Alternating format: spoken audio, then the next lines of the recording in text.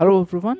इस वीडियो में हम कवर करेंगे जो पीटी 365 के प्लेसेस इन न्यूज़, बेसिकली जिसको नाम दिया गया है न्यूज़ थ्रू मैप्स। जो फर्स्ट लोकेशन है दैट इज म्यांमार। म्यांमार में साग्यांग रीजन है, वो न्यूज़ में था। अब सबसे पहले मैं आपको लोकेशन दिखा देता हूँ। तो this is Myanmar, this is India. अब ये रेड वाला एरिया है दैट इज साग्यांग रीजन। अब म्यांमार है that was in news because of the issue of Rohingya.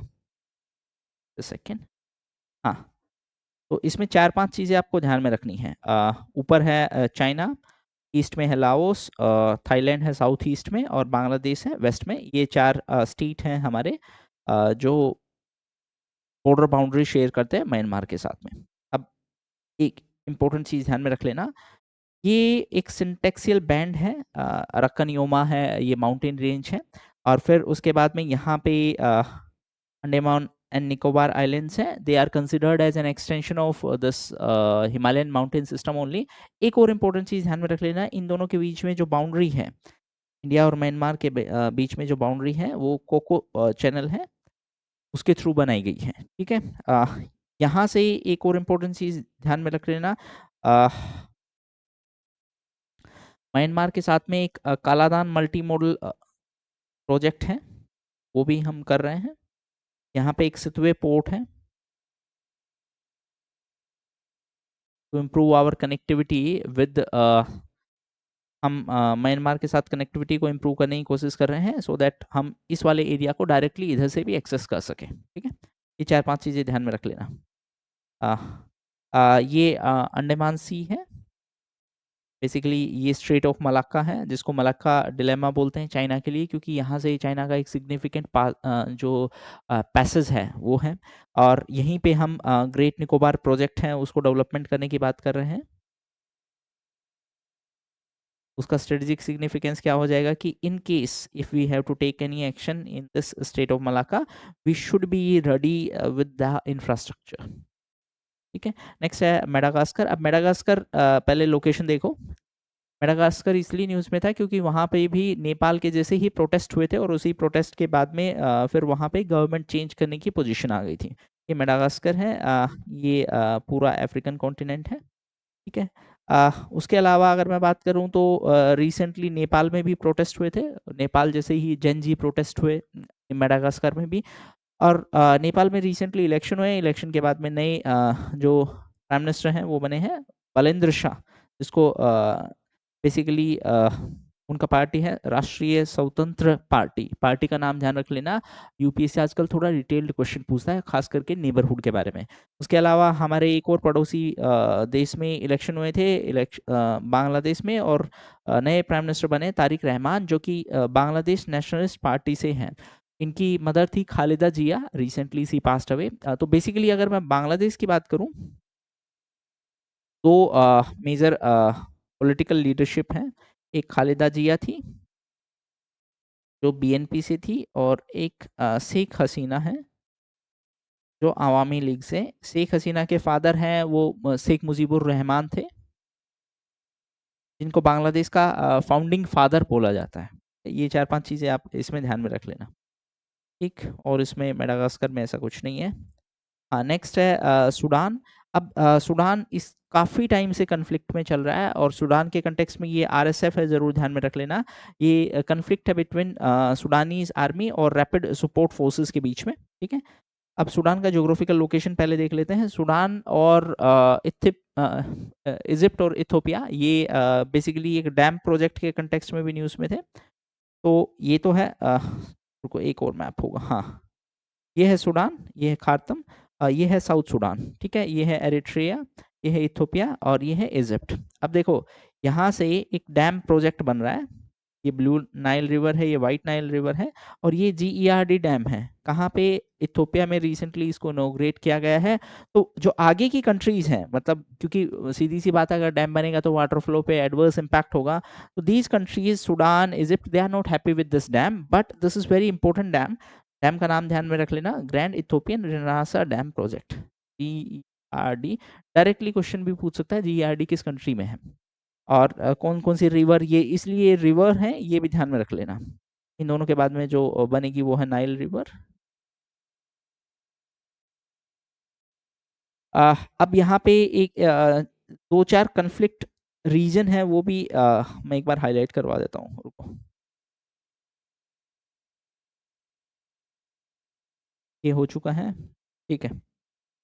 इसमें एक हॉर्न ऑफ अफ्रीका में, हाँ, ये कंट्री है सोमालिया, और इसी का ही एक हिस्सा है सोमालीलैंड।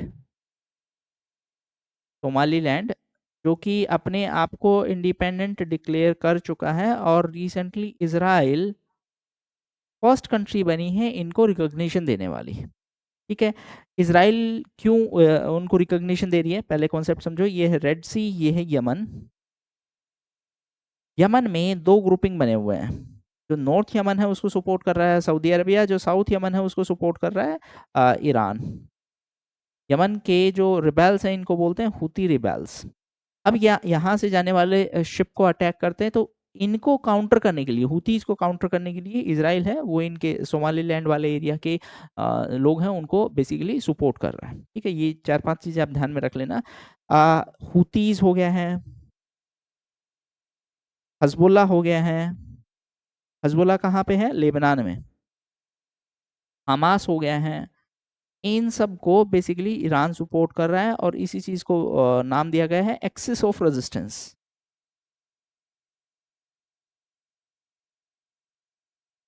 ठीक है। आ, हाँ, एक डार्फर रीजन है, ये भी ध्यान में रख लेना, यहाँ से भी क्वेश्चन आ सकता है, डार्फर रीजन। ठीक है, ये पूरा सूडान वाला ही एरिया है। नेक्स्ट है यूक्रेन। अब यूक्रेन तो because of Russia Ukraine conflict बहुत सारी लोकेशन इसमें न्यूज़ में थी, बट आपको कुछ सेलेक्टिव लोकेशन के बारे में तो जरूर से जरूर पता होना चाहिए। एक्चुअली बहुत सारी लोकेशन का नाम है, उससे आपको आइडिया हो जाएगा कि हाँ ठीक है, काइंड ऑफ यूक्रेन जैसा ही लोकेशन है, बट कुछ ऐसा लगे आउट ऑफ बॉक्स, उसको आप जरूर ध्यान रखेंगे। जैसे for example Saint Sophia cathedral है, ये एक यूनेस्को साइट थी। रिसेंटली न्यूज़ में इसलिए थी क्योंकि रशियन जो अटैक है उनकी वजह से ये साइट डैमेज हो गई। कहाँ पे है, कीव में। ओके। अब अगर मैं इसकी ज्योग्राफिकल लोकेशन की बात करूं तो 3-4 इंपॉर्टेंट चीज ध्यान रखना। नीपर रिवर है, और कारपेथियन माउंटेन है, और क्रीमियन माउंटेन है। ये तीनों मैं दिखा देता हूँ, एक सेकेंड आपको। हाँ, इसमें एक ये स्नेक आइलैंड है, ये भी न्यूज़ में था। सेवेस्टोपोल है, ये क्रीमिया है जो रशिया ऑलरेडी अनेक्स कर चुका है ना। ये ओडेसा है। ये ब्लैक सी। हाँ, इसमें आपको और अच्छे से समझ में आएगा। This is Ukraine. मैं लोकेशन जो जो इम्पोर्टेंट है वो मार्क कर देता हूँ। दिस इज सी ऑफ अजो। दिस इज जॉर्जिया, टर्की, है ना। This is कर्च straight. और बाकी तो इसके कंट्रीज सराउंडिंग है वो आप ऑटोमेटिकली कवर कर लोगे। हाँ, ये वाला नेम है, ये जरूर ध्यान में रख लेना। ये लोहांस रीजन है। ये एक और इम्पोर्टेंट प्लेस है, ये निप्रो है। ये कीव तो ऑलरेडी आप आई एम अज्यूमिंग कि आप जानते होंगे। ठीक है।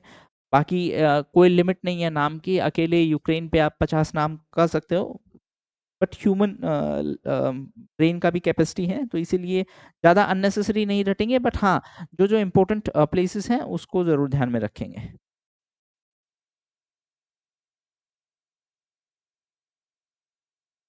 ठीक है, ये माउंटेन वगैरह आप एक बार देख लेंगे, इसमें कुछ ऐसा अभी करंट में हुआ नहीं है।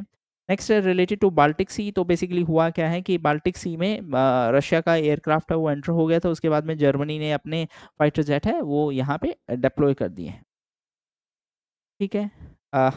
बाल्टिक सी का अगर मैं आपको लोकेशन दिखाऊं, तो ये बाल्टिक सी है, ये नॉर्थ सी है, और इनको कनेक्ट करने के लिए है कैल कैनाल।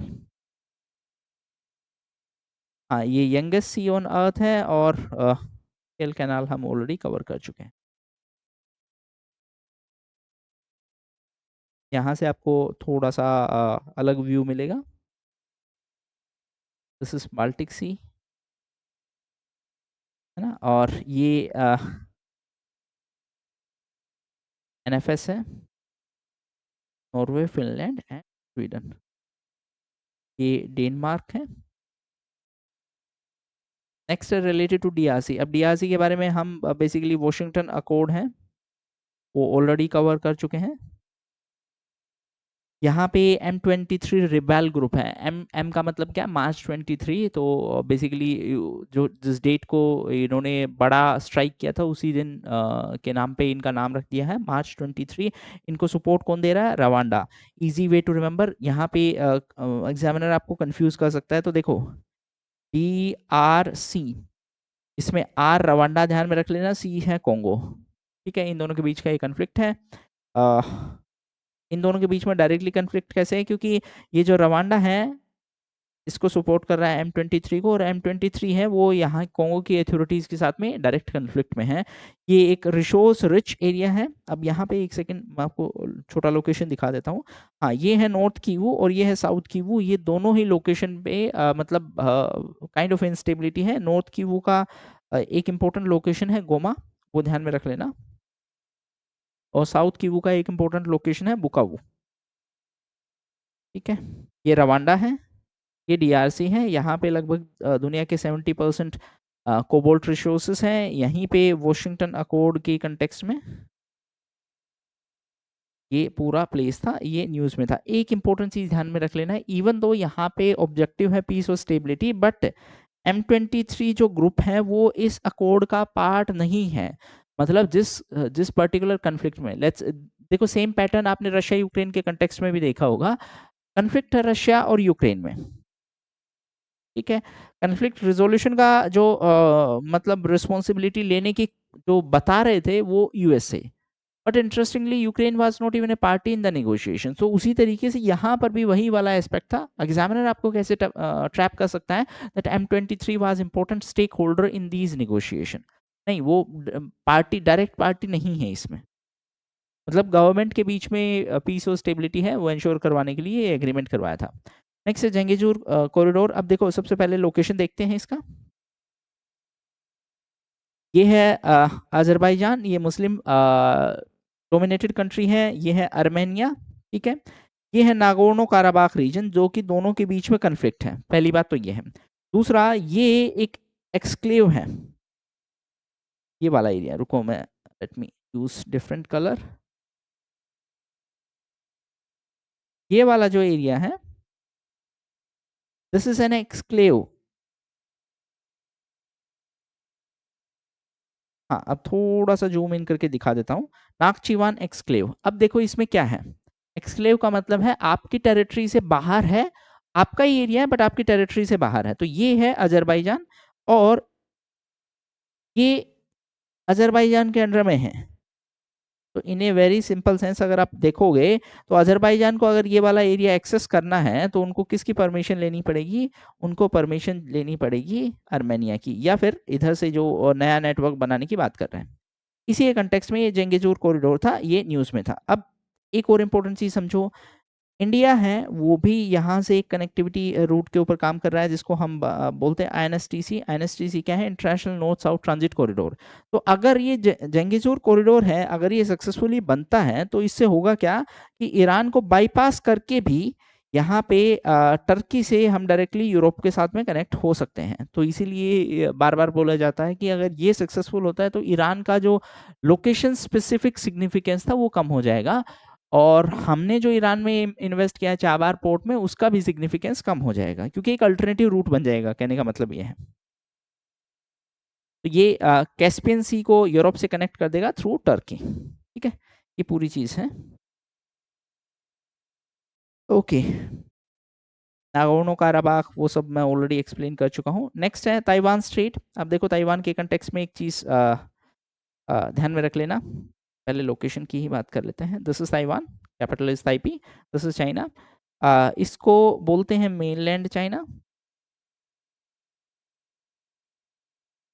यहाँ पे जो कंट्री है, जो पॉलिटिकल पार्टी है, दैट इज PRC।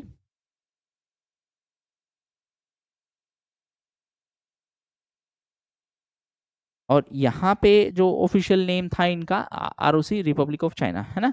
अब ये चाइना क्या बोलता है कि there is only one China. ये वाला हिस्सा है, ये भी इसी का पार्ट है, ऐसा ये चाइना क्लेम करता है। On the other hand Taiwan का सीधा सा कहना है कि हम अलग हैं, हमारा आइडेंटिटी अलग है। तो ये पूरा डिस्प्यूट है, इसी को हम बोलते हैं one China policy.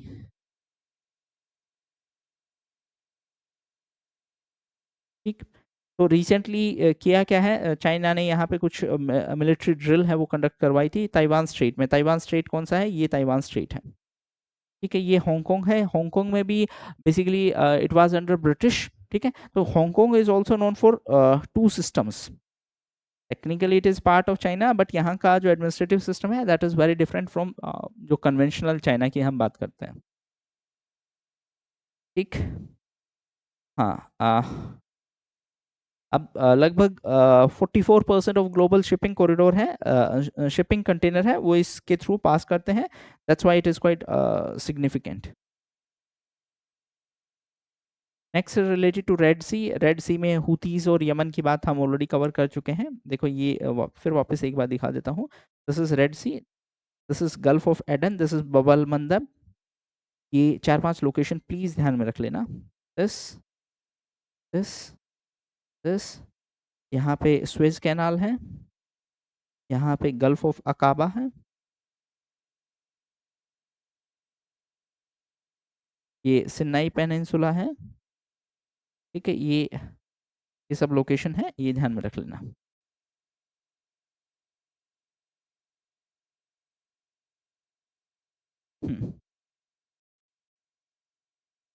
Okay, and next है टैक्सियन रीफ। सो बेसिकली चाइना ने इस रीफ को कैप्चर कर लिया है। कहाँ पे है ये, थीतू आइलैंड में है, जो कि साउथ चाइना में है। देखो यहाँ पे ये डिस्प्यूटेड टेरिटरी है चाइना के कंटेक्स्ट में। चाइना, ये 9 डैश लाइन है, ये रेड वाला लाइन, चाइना इसको क्लेम करता है। इसके पीछे का लॉजिक समझो। देखो एक बार अगर आप लॉजिक समझ जाओगे तो फिर पूरा इशू आपके माइंड में क्लियर हो जाएगा। देखो किसी भी कंट्री का जो मेन लैंड है ना, उससे 200 नॉटिकल माइल तक का उसका ईजेड होता है। ठीक।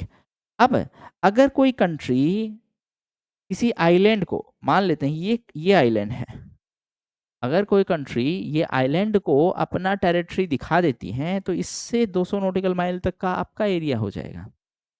दैट्स वाई चाइना है उसको बार बार अपना एक आर्टिफिशियल आइलैंड इस एरिया में बनाती हैं, so that it can maintain dominance over this area.